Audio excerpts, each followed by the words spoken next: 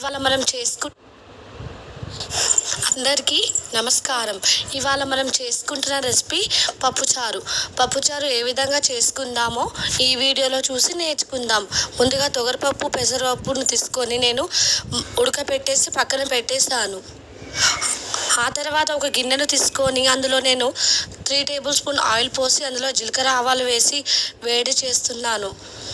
ఆవాలు జీలకర్ర వేగిన తర్వాత నేను కరివేపాకు పచ్చిమిర్చి వేసుకుంటున్నాను. కొత్తగా చూస్తున్న వాళ్ళైతే మా ఛానల్ని సబ్స్క్రైబ్ చేసుకోండి. ఈ వీడియోని ఇంకా షేర్ చేయండి. ఆ తర్వాత నేను కట్ చేసుకున్న ఉల్లిపాయలు వేసుకుంటున్నాను.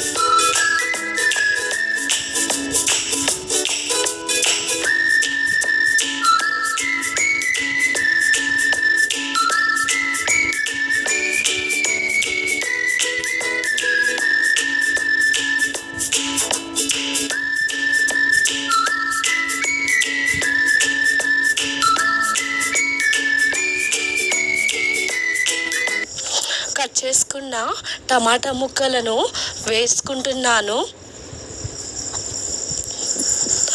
వేసి బాగా కలుపుకుంటున్నాను.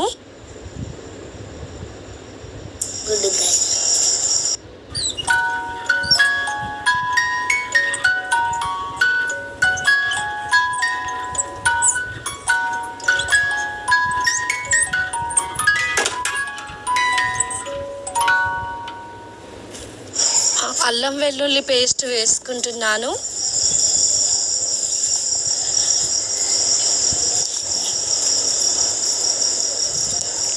కలుపుకుంటున్నాను.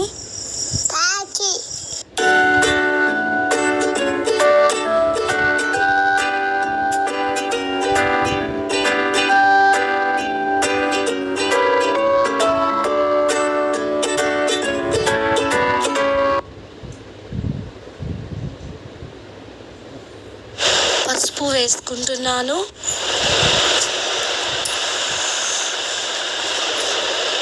కలుపుకుంటున్నాను.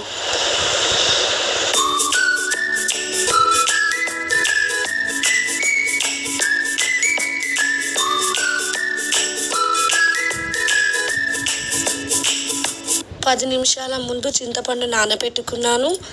ఆ నానబెట్టుకున్న చింతపండు పిసికి నేను తాలింపులో వేస్తున్నాను.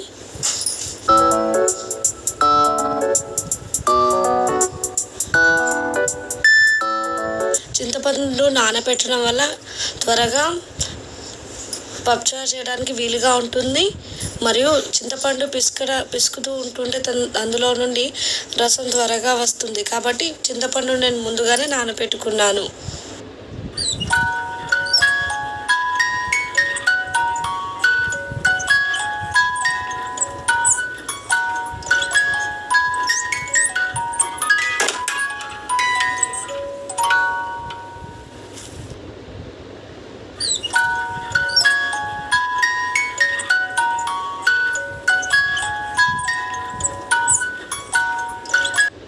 పెసరపప్పు తొగరపప్పును ముందుగానే ఉడకబెట్టుకున్నాను కాబట్టి ఉడకబెట్టిన పప్పులో కొన్ని వాటర్ పోసి నేను అందులో పచ్చి పులుసులో వేసేస్తున్నాను. వేసి బాగా కలుపుకుంటున్నాను.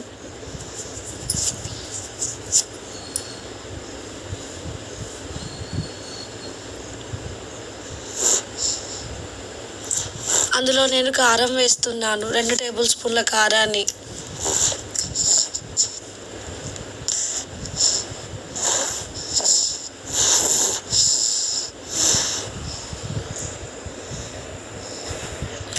ఆ తర్వాత 3 స్పూన్ల ఉప్పును వేస్తున్నాను.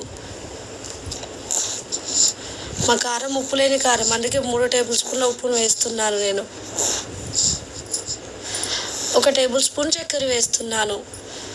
మా స్టైల్లో మేము పప్పుచారులలో చక్కెర వేసుకుంటాం, లేకపోతే బెల్లం వేసుకుంటాం. అంతే, కలుపుకుంటున్నాను. ఒక 20 నిమిషాల పాటు పప్పుచారును మరగనిస్తున్నాను. అంతే, వేడి వేడి పప్పుచారు రెడీ.